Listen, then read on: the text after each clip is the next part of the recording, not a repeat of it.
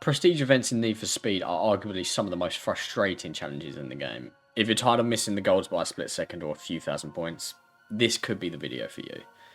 Hi everyone, I'm Mr. Maximus O, and currently 9 golds away from 100% completion. And the progress I'm making now is night and day compared to when I started about a month ago. I've discovered some hidden mechanics, including a PS5 exclusive glitch that others don't really hit on. Today I'm breaking down builds, gear shifting secrets, and specific strategies for all different drift types. I'll be finishing my last 9 golds live here on YouTube, so if you want to hang out and ask any questions, feel free to jump in. But for now, let's get you those golds. Prestige missions are broken down into 2 sections, racing and drifting. Let's start with the racing, and I can keep this short and simple because of one major cheat code. If you're playing on PS5, there is a glitch that effectively gives you an infinite turbo. It's a bit RNG, but it happens in online lobbies. You'll usually see a connection interrupted message.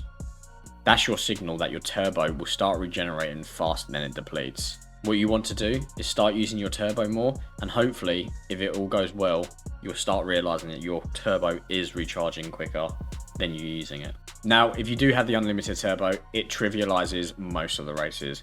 Just keep your eye out on the timer, as this glitch does mess with the clock, but with the infinite boost, you'll usually blow past that goal time, so there's no worries there. For the cars, I recommend 2 cars for the races. The first car, Porsche Carrera 911. What you want to do is use this car for most races. As most races have a lot of straights and raw speed is king, this is where this car shines. The second car is the F132. You want to use this for technical tracks. It's a cornering machine. Though it takes a bit more skill to control, once you learn how to use it, it makes those corners so much easier. So for any tracks that you're finding you're losing too much speed on the corners, the F132 is your go-to guy. I just want to note that the builds that I'm using are from Neg96's video. Shout out to him. I'll leave a link to his video down below. Now, although the infinite turbo glitch makes those races feel like a walk in the park, honestly, that was the easiest part. When I moved into drifting, I realized speed alone wasn't enough. You need rhythm, gear management, and very specific setup. For the drifting, you want to use the Lamborghini Huracan. My secret sauce is I took Neg96's build, but I moved the drift slider all the way to the end. I spent a full day wondering why I weren't hitting those silky smooth drifts like in other videos, and this was the game changer for me. I also equipped this specific skin. It sounds crazy, but it felt like it gave me more consistency and speed. Speed. I am speed. The other vital part of mastering drift events is you must master manual gear control, becoming comfortable with switching up to gear 4 and back down when needed. I'll go into more specifics around the events in a moment. Now let's start with the 5 different drift type events you can have. You've got trials, contests, trains, touge, and Gymkhana. All require you to master their unique mechanics to get golds. Trials have a time limit, but I actually recommend taking your time for these, as it's all about maximizing your drift capacity. The key is to back up to the start and go off pathways briefly. When you come back onto the track, drift off immediately to build score early. You can do this at the start of the event, but also before taking a corner, stop, back up, get a better angle, and then retake that corner. For this event, I mainly stayed in gear 2, maxing out the revs to get the most amount of points on straights and turns. I only shifted into gear 3 for long shallow bends to maintain speed while keeping a drift angle. Just remember to drop back down to the second gear when you hit tighter bends. Moving on to contests.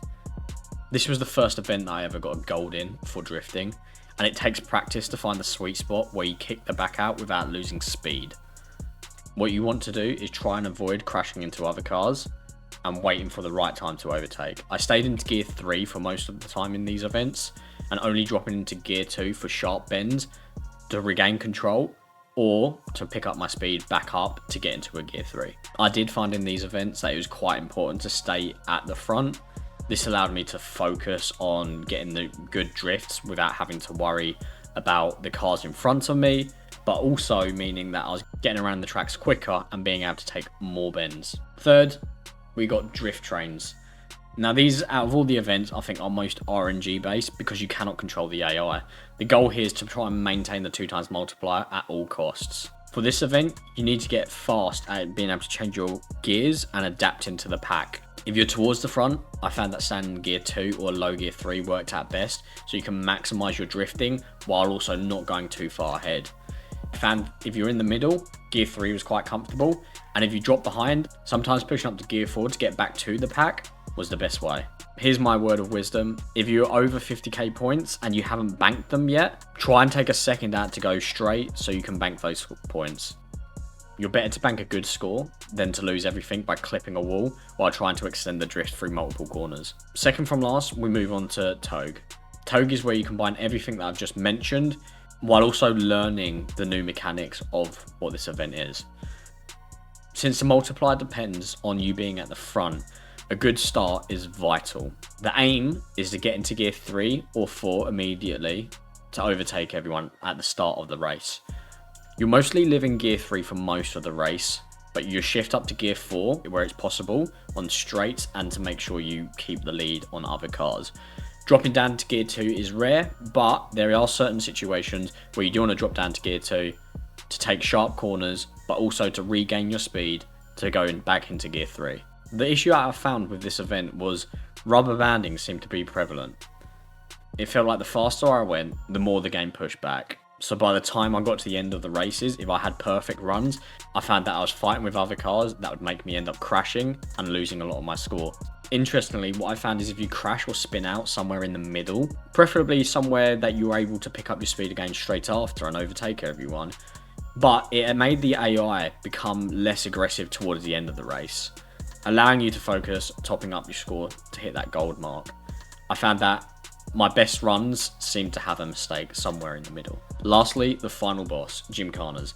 This is like touge, but without the visuals of any other cars to give you an indication on how fast you need to be going. What you need to do is find a perfect balance of speed and linking your drifts. The multiplier here rewards risky plays and long connected slides. I recommend doing these events last as they require you to master all of the mechanics that we've mentioned previously. Now, if you're struggling with any of these events, what you've got to ask yourself is, where are you losing these points? Are you clipping walls? Are you in the wrong gear? Are you not maintaining your speed? Two things that really helped me was roughly quantifying the missed points that you could have got. So, for example, if you miss points on not taking a drift on a corner, or you miss points because you crashed into a wall, add those missed points to your score that you get at the end, and if you are hitting your gold score that you're needing or close, then the likelihood is that you're doing everything right.